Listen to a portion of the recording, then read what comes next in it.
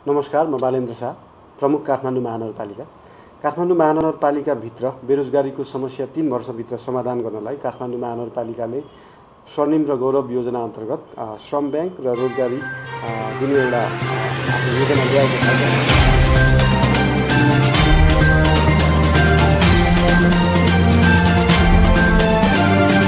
नमस्कार, शुभ बिहानी सँगै अखबार दैनिकको खबर अपडेट खबर बुलेटिन सँगै यहाँलाई हार्दिक स्वागत छ। म किसान नेपाली। विभिन्न खबर बुलेटिन सँगै आज पनि उपस्थित भइसकेका छौं। यदि तपाईलाई हामीप्रति कुनै सल्लाह सुझाव एवं प्रतिक्रिया छन् भने तलको कमेन्ट बक्समा उल्लेख गर्न नभुल्नुहोला। यदि तपाईले अहिलेसम्म पनि हाम्रो च्यानल सब्स्क्राइब गर्नुभएको छैन भने सब्स्क्राइब गरिदिनु होला। सँगै रहेको बेल आइकन थिचिदिनु होला, जसले गर्दा तपाई समक्ष हाम्रा नयाँ अपडेटहरू सजिलै प्राप्त हुनेछन्। दर्शकबिन, तपाईले हामीलाई कहाँदेखि हेर्दै अनि सुन्दै हुनुहुन्छ त्यो पनि उल्लेख गरिदिनु होला र आज पहिलो पटक हेर्दै हुनुहुन्छ भने फर्स्ट टाइम भनेर लेखिदिनु होला र रेगुलर रूपमा हामीलाई हेर्दै आउनु भएको छ भने रेगुलर भनेर कमेन्ट गरिदिनु होला। हाम्रो यो सामग्री मन परेमा विभिन्न माध्यमबाट आफन्त जन इष्ट मित्रमा शेयर गर्न नभुल्नु होला र अन्त्यमा हाम्रो यो मेहनतको लागि एक लाइक अवश्य गरिदिनु होला। आउनुहोस् खबर बुलेटिन सुरु गरौँ मुख्य खबरका शीर्षकबाट। इजरायल आक्रमणमा 10 नेपाली मारिएको पुष्टि। इजरायलमा रहेका नेपालीको सुरक्षाको माग गर्दै काठमाडौँमा प्रदर्शन। काठमाडौँ महानगरको योजना वर्षेनी 5000 जनालाई रोजगारी दिने। चाडपर्वमा प्रहरीको सुरक्षा योजना पैदल गस्तीदेखि ड्रोनबाट निगरानीसम्म। सर्प पाल्न भनेर अनुदान लगेको जगन्नाथ प्रतिष्ठानले सर्पै पालेन भ्रष्टाचार मुद्दा। विद्युतीय चुरोटमा सुन तस्करी प्रकरण पूर्व सभामुख महराका छोरा सहित 4 जनालाई मुद्दा चलाउन सिफारिस। विश्व लगानी सप्ताह सम्पन्न बजारमा देखिएको तरलताको समस्या चाँडै समाधान हुने अध्यक्ष हमालको दाबी। टुङ्गियो इन्जिनियरिङको शुल्क विवाद, स्नातक तह पढ्न 4,90,000। रिगल छुटाउन देउबा पुरबहादुर र गृह सचिवको मिले मततो। प्रदेशबाट आएर भैँसी पार्टीमा बास बस्नुपर्ने कठैबरा मुख्यमन्त्री चित्रबहादुर केसीको व्यङ्ग्य। राजावादीसँग सवाल जवाब गर्ने हैन राजनीतिक दल सचिन पर्छ सांसद पन्त। WHO को क्षेत्रीय निर्देशकमा आचार्यलाई विजय गराउन प्रभावकारी भूमिका खेल्ने सरकारवालाको प्रतिबद्धता। उपत्यकामा डेङ्गु संक्रमण आउटब्रेकको जोखिम।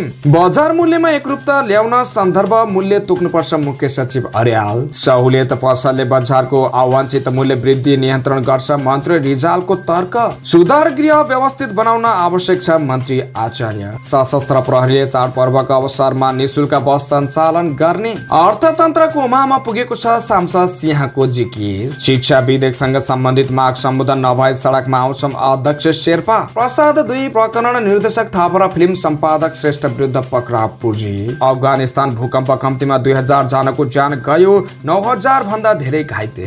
पश्चिम क्षेत्रबाट मनसिन बाहिरिए पनि मध्य र पूर्वी क्षेत्रमा कायमै र 19औं एसियाडको भव्य समापन विश्व संस्करण जापानको आइची नोगायामा हुने। अब समाचार विस्तारमा। प्यालेस्टाइनी कट्टरपन्थी समूह हमासले इजरायलमा गरेको आक्रमणमा परि कम्तीमा 10 जना नेपालीको मृत्यु भएको पुष्टि भएको छ। 3 जना घाइते भएका छन्। 50 वर्ष अघि भएको योम किपर युद्ध सुरु भएको दिन 6 अक्टोबरको भोलिपल्ट शनिबार हमासले इजरायलमाथि ठूलो आक्रमण गरेको थियो। इजरायली अधिकारीका अनुसार यो आक्रमणमा परि मारिनेको संख्या 600 नागेको छ। सयौं मानिस घाइते भएका छन्। आक्रमणमा नेपालीहरू पनि परेका छन्। उनीहरूमध्ये 10 जनाको मृत्यु भएको पुष्टि इजरायली स्थित नेपाली राजदूत कान्त रिजालले गरेकी छन्। राजदूत रिजालले बताए अनुसार मृत्यु हुनेमा घोडाघोडी 4 कैलालीका नारायण न्यौपाने, जय पृथ्वी 6 बझाङका गणेश कुमार नेपाली, बाउनिया 3 कैलालीका आशिष चौधरी, लेकाम 5 दार्चुलाका दीपेश राज विष्ट, सपही 6 धनुषाका आनन्द शाह र मधुवन 1 सुनसरीका राजेश कुमार चौडाकार रहेका छन्। यस्तै 5 नली डोटीका राजन पुलारा, लामीखाल 8 डोटीका पदम थापा, शारदा 3 सल्यानका प्रवेश भण्डारी र मालिकार्जुन 4 दार्चुलाका लोकेन्द्र सिंह धामीको पनि मृत्यु भएको छ।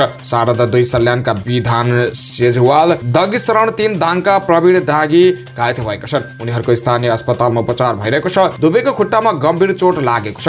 राजदूत रिजालले भनिन् मृतक 10 जनाको शव नेपाल पठाउन व्यवस्थापन मिलाइरहेका छौं। बाँकी घाइते र बङ्करमा सुरक्षितलाई पनि चाँडोभन्दा चाँडो उद्धार गर्ने प्रयासरत छौं। आइतबार बिहान मात्रै परराष्ट्र मन्त्री एनपी साउदले सांसदलाई दिएको जानकारी अनुसार इजरायलमा 4500 नेपाली केयर गिभरका रूपमा कार्यरत छन्। 265 जना विद्यार्थी इजरायल सरकारले लर्न एन्ड अर्न कार्यक्रम अन्तर्गत गएका थिए, जसमा कृषि विश्वविद्यालयबाट 119, त्रिभुवन विश्वविद्यालयबाट 97 र सुदूरपश्चिम विश्वविद्यालयबाट 49 जना गएका थिए।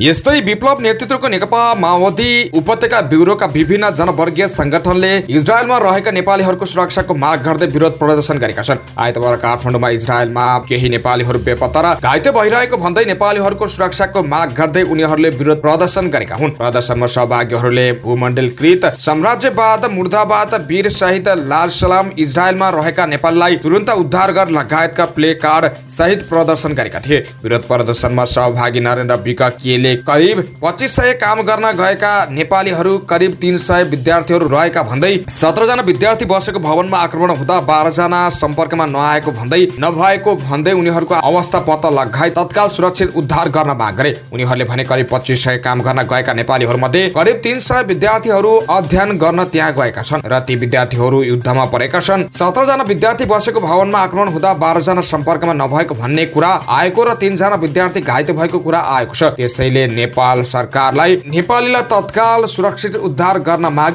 गर्दछौं। काठमाडौँ महानगरपालिकाले महानगरको बेरोजगार समस्यालाई 3 वर्षभित्र समाधान गर्ने गरी रोजगारी र आय वृद्धि काठमाडौँको समृद्धि गौरव योजना तथा श्रम बैंक स्वर्णिम योजना सञ्चालनमा ल्याएको छ। महानगरका मेयर बालेन शाहले वर्षेनी कम्तीमा 15,000 जनालाई सिपमूलक तालिम दिने र कम्तीमा 5,000 नयाँ रोजगारी सिर्जना गर्ने लक्ष्यका साथ रोजगारी र आय वृद्धि काठमाडौँको समृद्धि गौरव योजना ल्याएको जानकारी दिनुभएको छ। महानगरमा रहेका दक्ष अर्धदक्ष तथा अदक्ष कामदार र रोजगारदातालाई एउटै प्लेटफर्ममा ल्याई श्रम बैंकको स्थापना गरी रोजगारीको अवसर बढाउने र रोजगारदातालाई सिपयुक्त कामदार सजिलै उपलब्ध गराउने लक्ष्य सहित श्रम बैंक स्वर्णिम योजना सञ्चालनमा ल्याएको हो। महानगरका स्थायी बासिन्दा महानगरका करदाता तथा महानगरभित्र भाडामा बस्ने सबै नेपाली यो योजनामा आबद्ध हुन सक्ने मेयर बालेन शाहले बताएको छ। काठमाडौँ उपत्यका प्रहरी कार्यालयले चाडपर्वलाई लक्षित गरेर उपत्यकामा 7,600 भन्दा बढी प्रहरी परिचालन गर्ने भएको छ। दशैं तिहार नेपाल सम्वत र छठ पर्वका लागि काठमाडौँ ललितपुर र भक्तपुरका 3वटा परिसरहरू तथा काठमाडौँ उपत्यका अपराध अनुसन्धान कार्यालय मीन भवनबाट संयुक्त रूपमा सुरक्षा योजना तयार पारिएको हो। प्राविधि समेतको उच्चतम प्रयोग गरी प्रभावकारी तवरले प्रहरी जनशक्ति परिचालन गर्ने र शान्ति सुरक्षा कायम गर्ने काठमाडौँ उपत्यका प्रहरी कार्यालय रानीपोखरीका प्रहरी वरिष्ठ परीक्षक तथा प्रवक्ता दिनेश राज मैनाली जानकारी दिए। चाडबार भरि 3वटै जिल्लाहरूमा पैदल गस्ती गर्ने सहित मोबाइल गस्ती कर्डन सादा पोशाक picketing stacking reserve CCTV walk through gate सहित ड्रोन निगरानी सम्मको योजना रहेको उनले बताएको छ। बैंक वित्तीय संस्था तथा नगर र बहुमूल्य गरगहनाको कारोबार हुने स्थानहरूमा सादा पोशाकमा संचारका साधन र साना हतियार सहितका प्रहरी सुरक्षाकर्मी खटाई सुरक्षा प्रदान गरिने प्रहरीले बताएको छ। मल माटहरू र मुख्य नाकाहरूमा अत्याधुनिक प्रविधिका तालिम प्राप्त कुकुरबाट चेकजाँच गर्ने योजना समेत छ। उपत्यकाका विभिन्न 15 स्थानमा ट्राफिक प्रहरी सहितको यात्रु सहायता कक्ष स्थापना गर्ने योजना समेत छ। सवारी टिकटको कालो बजारी रोक्ने, यात्रुको चाप अनुसार सवारी साधनको व्यवस्था गर्ने, छतमा यात्रु र सामान राख्न नदिने लगायतका काम प्रहरीले विशेष ध्यान दिने जनाएको छ। प्रहरीले सामाजिक सञ्जालमा आफ्नो व्यक्तिगत तथा यात्राको विवरण आवधिक नगर्न र लङ्गुर बुर्जा तास जुवा लगायतका हारजित हुने खेल नखेल्न पनि प्रहरीले अनुरोध गरेको छ। पूर्व प्रधानमन्त्री झलनाथ खनालको नाममा स्थापित प्रतिष्ठानले राज्यकोषबाट रकम लिएर अनियमितता गरेको भन्दै अख्तियार दुरुपयोग अनुसन्धान आयोगले मध्य प्रदेशका पूर्व अर्थमन्त्री सहित 7 जना विरुद्ध भ्रष्टाचार मुद्दा दायर गरेको छ। अख्तियारले भ्रष्टाचारको आरोपमा झलनाथ खनाल स्वास्थ्य विज्ञान प्रतिष्ठानलाई पनि मुद्दा चलाएको छ। झलनाथका नाममा स्थापित संस्थाको नाम फेरेर अहिले राष्ट्रिय स्वास्थ्य विज्ञान तथा अनुसन्धान परिषद बनाएको छ। सामाजिक संस्था भनेको उक्त संस्था कम्पनी रजिस्ट्रारको कार्यालयमा दर्ता भएको कम्पनी हो। अख्तियारले मध्य प्रदेशको आर्थिक मामिला तथा योजना मन्त्रालयका तत्कालीन मन्त्री विजय कुमार यादव, सचिव प्रेम कुमार श्रेष्ठ, सर्लाहीको लालबन्दी नगरपालिकाका तत्कालीन मेयर मानबहादुर खड्का विरुद्ध भ्रष्टाचार मुद्दा चलाएको छ। झलनाथ खनाल स्वास्थ्य विज्ञान प्रतिष्ठानका अध्यक्ष रेवती प्रसाद पन्त, महासचिव नवराज भण्डारी, कोषाध्यक्ष रिजन भण्डारी र सदस्य देवेन्द्र राय विरुद्ध पनि भ्रष्टाचार मुद्दा चलाएको छ। उनीहरूमाथि 17,98,33,000 रुपियाँ बिगो माग दाबी छ। सर्पको बीज संकलन प्रशोधन र उत्पादन केन्द्र स्थापनाका लागि झलनाथ खनाल प्रतिष्ठानले उक्त रकम पाउने योजना बनेको थियो। सर्पले डसेका बिरामीलाई एन्टी स्नेक भेनम दिइन्छ। एन्टी स्नेक भेनमका लागि सर्पकै विष आवश्यक पर्छ। एन्टी स्नेक भेनमका लागि सर्पका साथसाथै घोडा पनि पाल्नुपर्छ। सर्पले डसेपछि घोडाको शरीरले उत्पादन गर्ने एन्टिबडीबाट मानिसका लागि आवश्यक पर्ने एन्टिनेक भेनम बनाइन्छ। एन्टिनेक भेनमका लागि विनियोजन भएको बजेट अन्यत्र दुरुपयोग भएको अख्तियारको दाबी हो। प्रहरीको केन्द्रीय अनुसन्धान ब्युरो सिआइबीले विद्युतीय चुरोट भेपमा लुकाएर गरेको सुन तस्करी प्रकरणको अनुसन्धान प्रतिवेदन सरकारी वकिलको कार्यालयमा बुझाएको छ। सिआइबीले आइतबार बुझाएको प्रतिवेदनमा पूर्व सभामुख कृष्णबहादुर महराका छोरा राहुल महरा सहित 4 जनालाई प्रतिवादी बनाएर अदालतमा मुद्दा दायर गर्न सरकारी वकिललाई सुझाव दिएको छ। सिआइबीले राहुल महरा, लोकेन्द्र कुमार पौडेल, निमा गुरुङ र तिब्बत मूलका बेल्जियम नागरिक दावत छिरिङ सहित 4 जनालाई प्रतिवादी कायम गर्न सुझाव दिएको हो। तिनीहरू सुन तस्करी दाओजिङ वाङ सहित 6 जनालाई पछि खुलेको अवस्थामा प्रतिवादी बनाउन प्रहरीले सुझाव दिएको छ। यस्तै प्रहरीले 8 करोड 57 लाख बिघो कायम गर्नुपर्ने सुझाव दिएको छ। 2079 सालको पौष 10 गते दुबईबाट भेपमा लुकाएर ल्याएको 9 किलो 11 ग्राम 514 मिलिग्राम सुन भेटिएको थियो। त्यही सुन भन्सारबाट चोरी भएर सिआइबीले अनुसन्धान गरी गएको असार 27 मा मुद्दा दायर भए पनि सुन ल्याउने समूहमाथि अनुसन्धान भएको थिएन। सुन भन्सारमा रहेको बेला छुटाउन दबाब दिएको आरोप पूर्व सभामुख महराका बाबु छोरामाथि लागेको छ। यो प्रकरणमा पूर्व सभामुख महरालाई प्रहरीले बयान कागज गराएर छाडेको छ।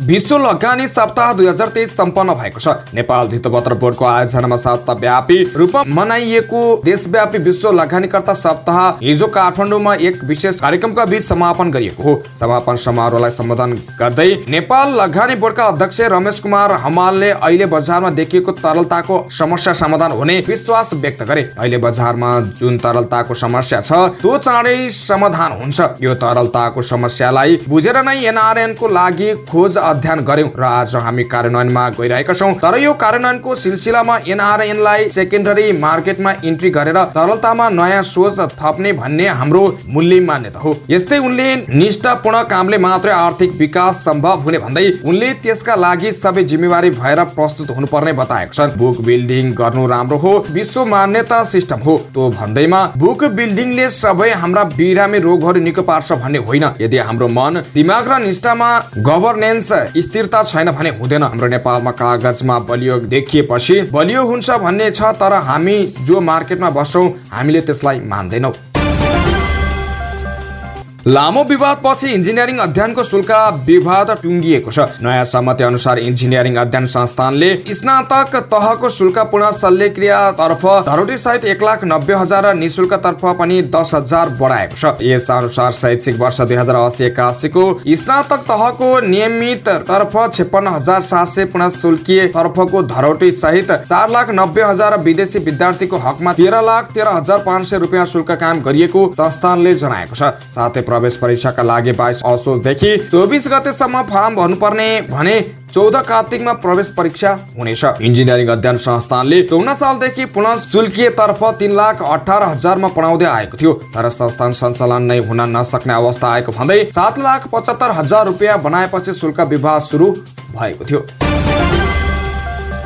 नेपालगञ्ज बजारमा खुना प्रहार गरेर व्यक्ति हत्या गरेको अभियोगमा जन्मकैदको सजाय पाएका योगेश ढकाल रिघललाई नेपाली कांग्रेसका शीर्ष नेताहरूको दबावमा कैदी मिनाहा गरेको पाइएको छ। रिघललाई जेलमुक्त गराउन कांग्रेस सभापति शेरबहादुर देउवा र सरकारमा पार्टीको नेतृत्व गरेका उपप्रधान तथा रक्षा मन्त्री पूर्णबहादुर खड्काको जोडबलमा गृह सचिव दिनेश भट्टराईले प्रशासनमा ठाडो हस्ताक्षर गरेको खुलेको हो। संविधान दिवस 3 असोजमा सरकारले 670 कैदीको भुक्तानी हुन बाँकी कैद कट्टा गरी सजाय माफी दिन सिफारिस गरेको थियो, जसलाई राष्ट्रपतिले सहजै स्वीकारे। 28 असार 2072 मा नेपालगञ्जका चेतन मानन्दरको हत्या गरेको अभियोगमा दोषी ठहर भएका जिल्ला कारागार दाङमा रहेका रिघल पनि छुटेका थिए। अधिकारीहरूका अनुसार रिघलको कैदी मिनाहाको फाइल पनि दाङ कारागारबाट उठेको थियो। सुरुमा कांग्रेस बाँकेका केही नेता कार्यकर्ताले रिघलको कैदी मिनाहा गर्न आग्रह गरेका थिए। यस कांग्रेस नेताहरूले खजुरा गाउँपालिका सँगै बाँकेको राजनीतिलाई हेरिरहेका हुन्। खजुराका एमाले नेता सुमन मल्ल कांग्रेसका रिघल बीच कटुता पुनः सम्बन्ध छ। यो दुई समूह बीच ठुकुरी हानाहान लगायतका घटना भएको प्रहरी रेकर्डले देखाएको छ। चेतन हत्यामा रिघल जेल गएपछि क्यासिनो र ढुङ्गा गिटी ठेक्कामा चुमनको एक छत्र राज जस्तै भयो। नेपालगञ्जको 2 क्यासिनो लगायतमा उनी साझेदारी छन्। राष्ट्रिय जनमोर्चाका अध्यक्ष चित्रबहादुर केसीले लाज नमानी संघीयता खारेज गर्नुपर्ने दोहोऱ्याएका छन्। आइतबार प्रतिनिधि सभा बैठकमा उनले महँगो संघीयतालाई नेपालले तान्न नसक्ने स्पष्ट भएको उल्लेख गर्दै अब संघीयताको सुराली बजाउन हार्नुपर्ने तर्क गरे। उनले भने एउटा प्रदेशको 6 वर्षसम्म न्वारन हुन्न, त्यसपछि बल्ल न्वारन हुन्छ। बाहुनहरूले नाम किटानी गरिसकेपछि त्यो नाम भएन भनेर फेरि त्यहाँ उत्पाद मचिन्छ। कतिचोटि त्यहाँ सरकार बने, कति भत्किरहेका छन्। यो जात्रा देख्न र सुन्न नेपाली जनताले परेको छ। तैपनि मान्यहरूले संहिताको सुराली बजाइरहन्छन्। संहिताले गरेर खाएन। अब उनले संहितामा अनावश्यक खर्च भएको प्रति व्यङ्ग्य गर्दै थपे, देख्नु भएन मुख्यमन्त्रीलाई काठमाडौँ भैँसे पार्टीमा दरबार बनाउने हो, उहाँहरू प्रदेशबाट यहाँ बास बस्न पर्ने कठैबरा अवस्था यही हो। अब चल्छ संहिता। सुन्नुहुन्छ, तपाईहरूले धन्न लाज नमानिकन प्रजातान्त्रिक विकेन्द्रीकरण गरौँ, नगर र गाउँपालिकालाई अधिकार दिउँ। हामीले जति घोक्रो फुलाए पनि नेपाली जनतालाई संहिता मान्ने छैन भनेर कोसीमै देखाइराखेका छौँ। एउटा प्रदेशको 6 वर्षसम्म न्वारन हुन्न। कोशी प्रदेशको 6 वर्षमा संविधानमा लेखिए अनुसार त्यसको न्वारन पनि हुन्छ। न्वारनमा बाहुनहरूले नाम किटानी गरिसकेपछि त्यो नाम भएन भनेर तपाईँ चाहिँ फेरि त्यहाँ उत्पाद मचिन्छ। कतिचोटि त्यहाँ सरकार बने, कति भत्किरहेछन्। यो जात्रा सुन्न र देख्न नेपाली जनताले परेछ। तैपनि चाहिँ अब संघीयताको मुरली मान्यजीहरूले बजाइरहनु भएको छ। त्यस कारणले संघीयताले गरेर खाएन। अब देख्नु भएन, मुख्यमन्त्रीहरूलाई काठमाडौँ भैँसी पार्टीमा दरबार बनाउने हो, उहाँहरू प्रदेशबाट आएर यहाँ बासा भन अरे कठै बरा। प्रमुख प्रतिपक्ष दल नेकपा एमालेका सांसद रघुजी पन्तले राजनीतिक दलहरू सच्चिनु पर्ने बताउनु भएको छ। गणतन्त्र विरुद्ध बोल्ने राजवादीहरूसँग सवाल जवाफ गर्ने भन्दा पनि गल्ती गर्ने राजनीतिक दल र त्यसका नेताहरू सचेर अघि बढ्नुपर्ने उहाँको भनाइ थियो। आइतबार संघीय सांसद भवन परिसरमा सञ्चारकर्मीले राखेका जिज्ञासाको जवाब दिने क्रममा सांसद पन्तले राजनीतिक दलहरूले निगरानीलाई पुनर्विश्वास दिलाउनु पर्ने बताउनुभयो। उहाँले भन्नुभयो, राजवादीहरूसँगै सवाल जवाफ गरेर मात्रै पुग्दैन, लोकतन्त्रमा हामी सच्चिन पर्छ। जसले गल्ती गरेका छन् ती नेताहरू सच्चिन पर्छ, पार्टीहरू सच्चिन पर्छ, दलहरूले नागरिकलाई पुनर्विश्वास दिलाउनु पर्ने आवश्यकता छ। सांसद पन्तले राजनीतिक दलहरूको नागरिकको बीचमा जाने कामलाई तीव्रता दिनुपर्ने पनि बताउनुभयो।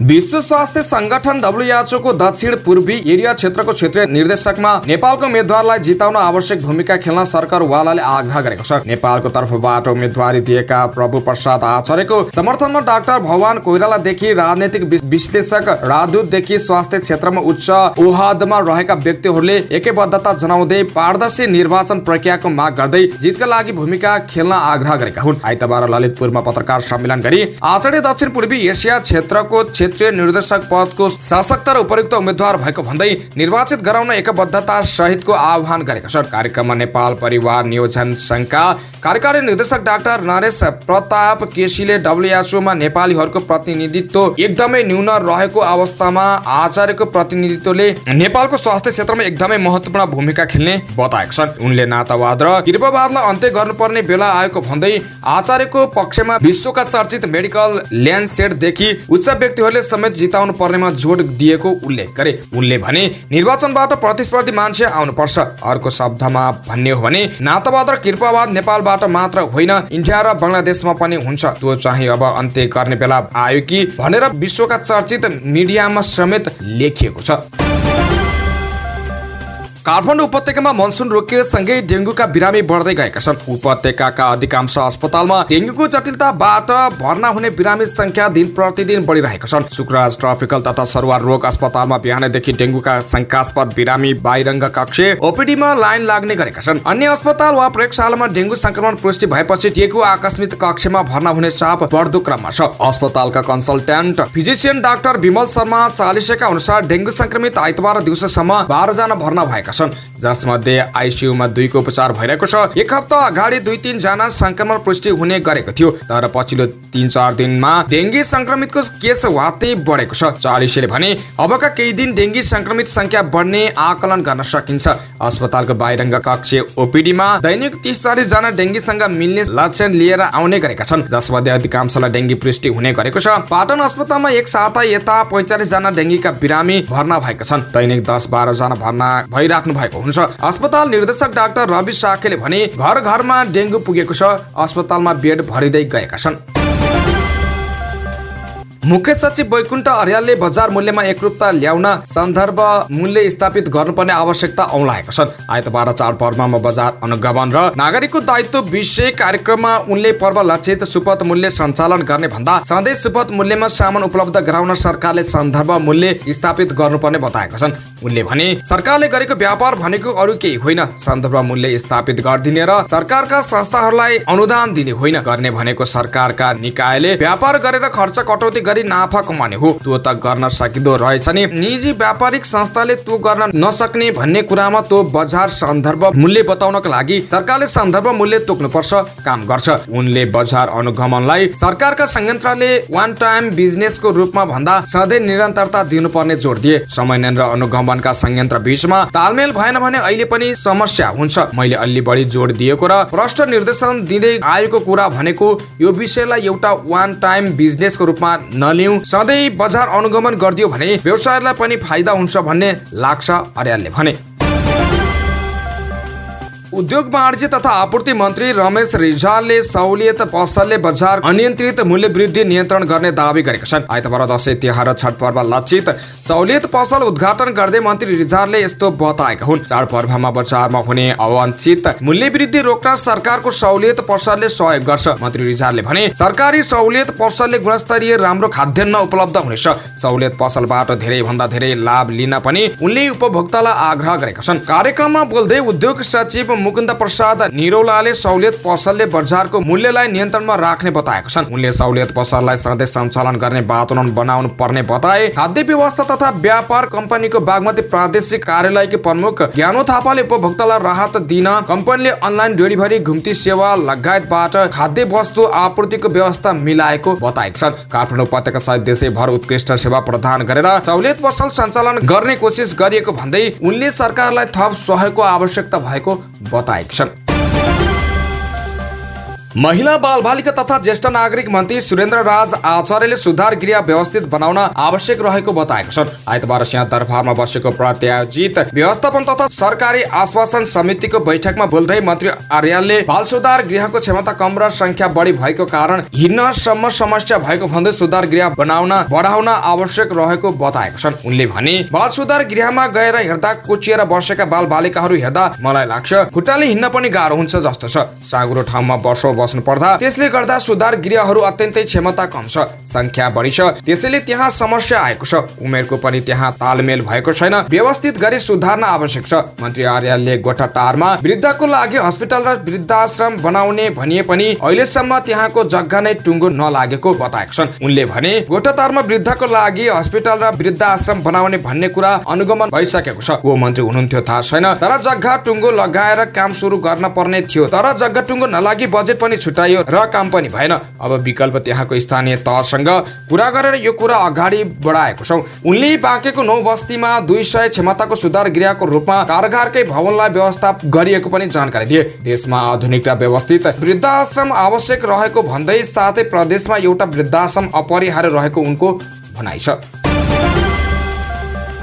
सशस्त्र प्रहरी बल दशैं तिहार र छठको अवसरमा बाहलवाला तथा अवकाश प्राप्त सशस्त्र प्रहरी कर्मचारी र उनीहरूको परिवारजनहरूलाई लक्षित गरी निःशुल्क रूपमा 2वटा बस सेवा सञ्चालन गर्ने भएको छ। चाडपर्वको समयमा घर बिदा जाने सशस्त्र प्रहरी कर्मचारीहरूको आवाजातमा यातायात सहजताको लागि गत वर्षदेखि सञ्चालन भएको निःशुल्क बस सेवाले यस वर्ष पनि निरन्तरता पाउने भएको हो। सशस्त्र प्रहरी प्रधान कार्यालयबाट छुट्ने एउटा बसले काठमाडौँ नारायणघाट बुटोल भालुबाङ हुँदै कञ्चनपुरको बुड्डा चौकीसम्म सेवा प्रदान गर्नेछ भने अर्को बसले नारायणघाट बर्दिवास सप्तरी फक्करी हुँदै झापाको काँकरभिट्टासम्म सेवा प्रदान गर्ने सशस्त्र प्रहरी बलका प्रवक्ता सशस्त्र प्रहरी वरिष्ठ परीक्षक राजेन्द्र खड्काले बताएका छन्। दशैंको अवसरमा काँकरभिट्टाको लागि दिउँसो 2 बजे र बुड्डा चौकीको लागि बिहान 10 बजे मुख्यालयबाट छुट्ने 2वटा बसले असोज 14 देखि कार्तिक 12 गतेसम्म सेवा प्रदान गर्नेछन्। यस्तै तिहार र छठ पर्वको अवसरमा सञ्चालन हुने बस समेत कार्तिक 24 देखि मङ्सिर 4 गतेसम्म सोही समयमा मुख्यालयबाट छुट्ने वरिष्ठ उपरीक्षक अभिषेक खड्काले जानकारी दिए। चाडपर्वको अवसरमा सशस्त्र प्रहरी बल नेपालका अन्य पाएक पर्ने इलाकाहरूमा समेत बस सञ्चालनको लागि समन्वय अधिकृतको व्यवस्था गरेको छ। यसभन्दा पहिला सशस्त्र प्रहरीले दशैंको अवसरमा सर्वसाधारण यात्रुहरूको सुविधालाई ध्यानमा राखी काठमाडौँ उपत्यका भित्र निशुल्क बस सेवा समेत प्रदान गर्दै आएको थियो।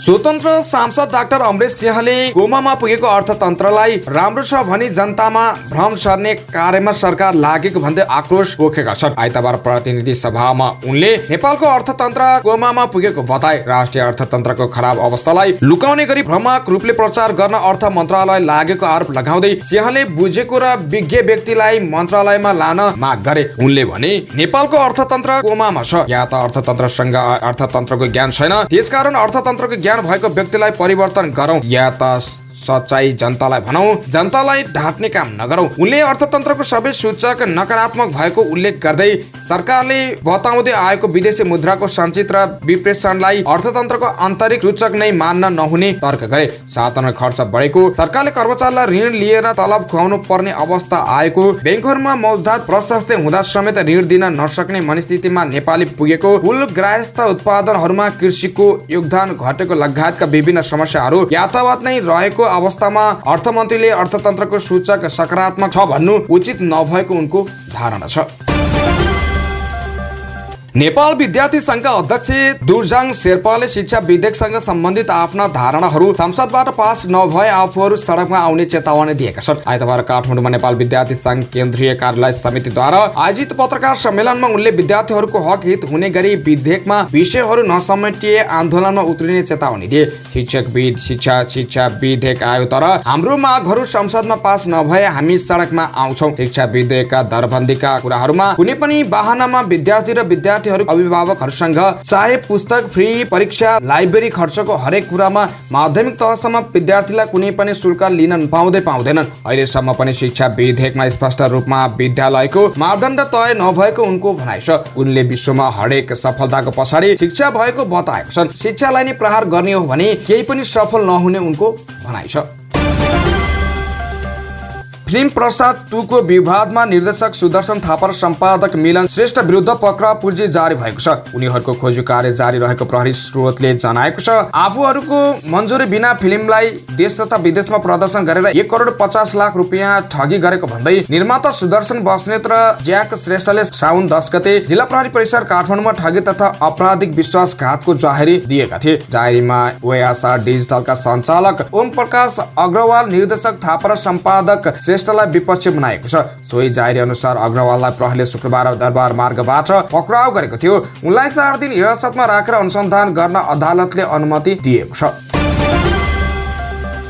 अफगानिस्तानमा गएको शक्तिशाली भूकम्पमा परि ज्यान गुमाउनेहरूको संख्या 2000 पुगेको छ। शनिबार गएको भूकम्पमा परि ज्यान गुमाउनेको संख्या कम्तीमा 2000 जना पुगेको र 9000 जना भन्दा धेरै घाइते भएको तालिबानका अधिकारीलाई उद्धृत गर्दै चिनिया सञ्चार संस्था सिहानले जनाएको छ। इरानको सीमा नजिकै रहेको पश्चिमी शहर हेरातबाट 40 किलोमिटर टाढा केन्द्रबिन्दु बनाएर 6.3 रेक्टर स्केलको भूकम्प गएको हो। यहाँ कम्तीमा 3 वटा शक्तिशाली प्रकम्प समेत गएका छन्। भूकम्पका कारण धेरै भवनहरू क्षतिग्रस्त भएका छन्। मानिसहरू भग्नावशेषमा फँसेका छन्। ज्यान गुमाउनेको संख्याको विवादास्पद विवरणहरू प्राप्त भइरहेको तर संयोगको ज्यान गएको बीबीसीले उल्लेख गरेको छ। तालिबान अधिकारीले खोज तथा उद्धार र राहतका लागि विश्वव्यापी रूपमा आग्रह गरेका छन्। समाचारको क्रममा मनसुन खबर। नेपालको पश्चिमी क्षेत्रबाट मनसुन बाहिरिए पनि मध्य र पूर्वी क्षेत्रमा कायमै छ। अबको 3-4 दिनसम्म नै कोशी मधेस, बागमती, गण्डकी र लुम्बिनी प्रदेशको पूर्वी क्षेत्रमा मनसुन प्रणाली रहने मौसमविद गोविन्द झाले जानकारी दिनुभयो। उहाँको अनुसार आज कोशी, बागमती र गण्डकी प्रदेशका केही ठाउँ तथा मधेस र लुम्बिनी प्रदेशका 1-2 ठाउँमा हल्कादेखि मध्यम वर्षाको सम्भावना छ। सुदूरपश्चिम र कर्णाली प्रदेशबाट भने मनसुन बाहिरिसकेको छ। यी क्षेत्रको मौसम सामान्यतया सफा नै रहने मौसमविद झाले जानकारी दिनुभयो। समाचारको क्रममा खेल खबर। 3 वर्षपछि जापानमा भेट्ने बाचासहित 19औं एसियाली खेलकुद एसियाडको आइतबार भव्य समापन भएको छ। हान्जाउ स्थित हान्जाउ ओलम्पिक स्पोर्ट्स सेन्टरमा भव्य समारोहका बीच हान्जाउ एसियाडको समापन गरिएको हो। बिग लोसन स्टेडियममा करिब 2 घण्टा चलेको समारोहमा विभिन्न प्रस्तुति समेत भएको थियो। 2026 मा हुने 20औं संस्करणको आयोजक जापानको आइची नागोलाई झण्डा हस्तान्तरण गर्दै 19औं एसियाड समापन भएको हो। ओलम्पिक काउन्सिल अफ एसियाका एक्टिङ प्रेसिडेन्ट राजा रणधीर सिंहले 19औं संस्करणको समापन भएको घोषणा गरे। उनले आइची प्रोफेक्चरका गभर्नर नोगाएको डेपुटी मेयरलाई एसियाको झण्डा हस्तान्तरण गरे। समापन समारोहमा चीनका प्रधानमन्त्री ली छ्याङ उपस्थित थिए। एसियाड गेम्सको सेलिब्रेसन सहित सहभागी देशका खेलाडीको मार्च पास्ट गरिएको थियो। समापन समारोहका 19औं एसियाडको भिडियो हाइलाइट सहित विभिन्न उत्कृष्ट क्षणहरूको भिडियो देखाइएको थियो। यस्तै 3 वर्षपछि 20औं एसियाड आयोजना गर्ने आइची नोगाया शहरको कलात्मक प्रस्तुति समेत देखाइएको थियो। यस्तै डिजिटल टर्भियरले ओलम्पिक ज्योति निभाएका थिए। ओलम्पिकमा हन्जाउ एसियाडको मुख्य नाराको रूपमा रहेको हार्ट टु हार्टको प्रस्तुति देखाइएको थियो। हवस् त यिनै खबरसँगै आजलाई अखबार दैनिक सकियो। स्वस्थ ताजा अनि निष्पक्ष समाचारको लागि हाम्रो च्यानल सब्स्क्राइब गर्न नभुल्नुहोला। बिदा हुन्छौँ, नमस्कार। नमस्कार, म बालेन्द्र शाह, प्रमुख काठमाडौँ महानगरपालिका।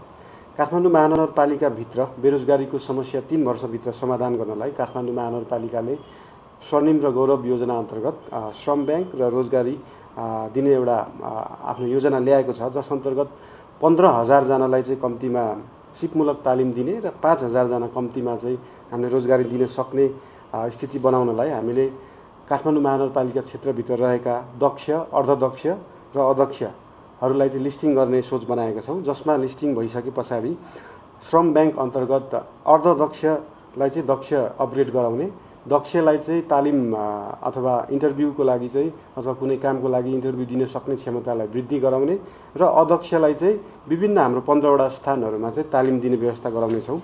हामीले यसमा आबद्ध हुनुभएका दक्ष, अर्धदक्ष अथवा भनौँ न अदक्षहरूलाई चाहिँ महानगरपालिका क्षेत्रभित्रै रहेका पूर्वाधार विकास, वातावरण विकास, सरसफाइ जस्ता विभिन्न कार्यहरूमा लगाउन सक्छौँ र सँगसँगै अन्य सरकारी निकाय, प्राइभेट निकाय जस्ता सङ्घ संस्थाहरूमा पनि आबद्ध गराउन सक्छौँ।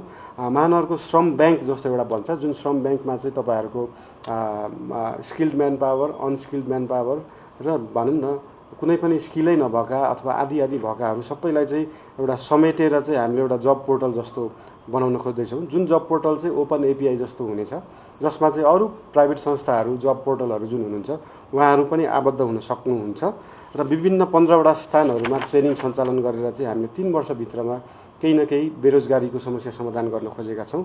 यसमा आबद्ध हुनको लागि तलको लिङ्कमा क्लिक गरेर तपाईँहरू आबद्ध हुन सक्नुहुन्छ। तपाईँहरूको विशेषता के छ, छैन, तपाईँहरू दक्ष हुनुहुन्छ, अर्धदक्ष हुनुहुन्छ कि कुनै पनि दक्षता छैन, त्यो चाहिँ यसमा चाहिँ तपाईँहरूले जानकारी दिनु भएमा हामीले यसलाई चाहिँ त्यही अनुसार अगाडि बढाउन सक्नेछौँ।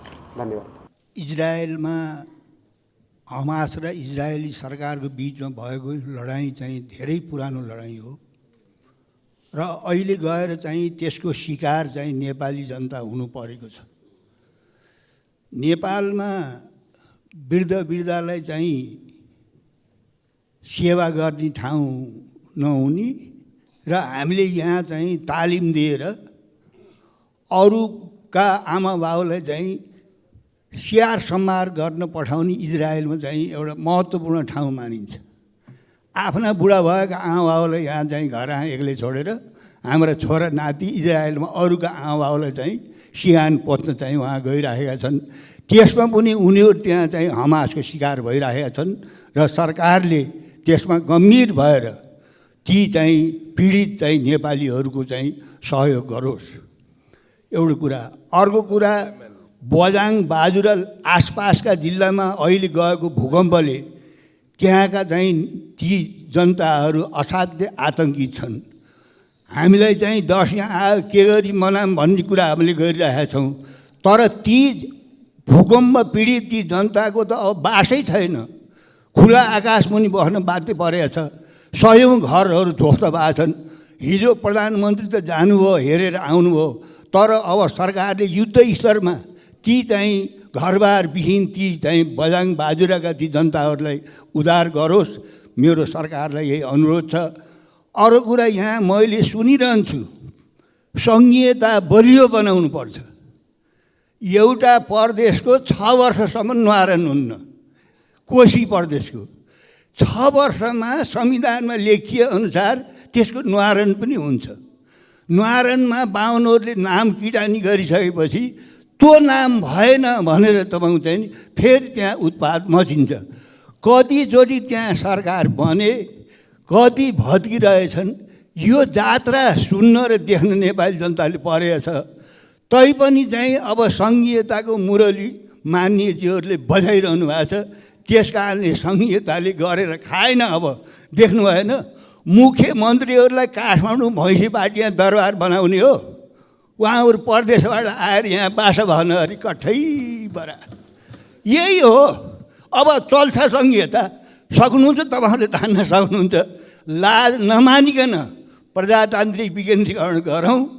नगरपालिका र गाउँपालिकालाई अधिकार दिउँ। नेपाल चाहिँ एकात्म प्रणालीको विकल्प सङ्घात्म प्रणाली हुँदै होइन। नेपाली जनताले महसुस गरिसके।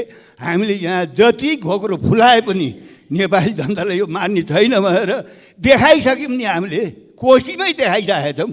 अब फेरि 4-5 दिनपछि अर्को मुख्यमन्त्री हुनको लागि त दास छ। यस्तो देख्दा देख्दै किन हामीले लाज पचाइरहेका छौँ? हामीले किन जबरजस्ती गरिरहेका छौँ? त्यसो हुनाले विकसित देश छन् त एकात्म प्रणाली अनुसार। बेलायत के हो, जापान के हो? समय सकियो। त्यसो भएको हुनाले यसमा विचार गरौँ। मेरो चाहिँ सहस्र सुझाव हो। धन्यवाद।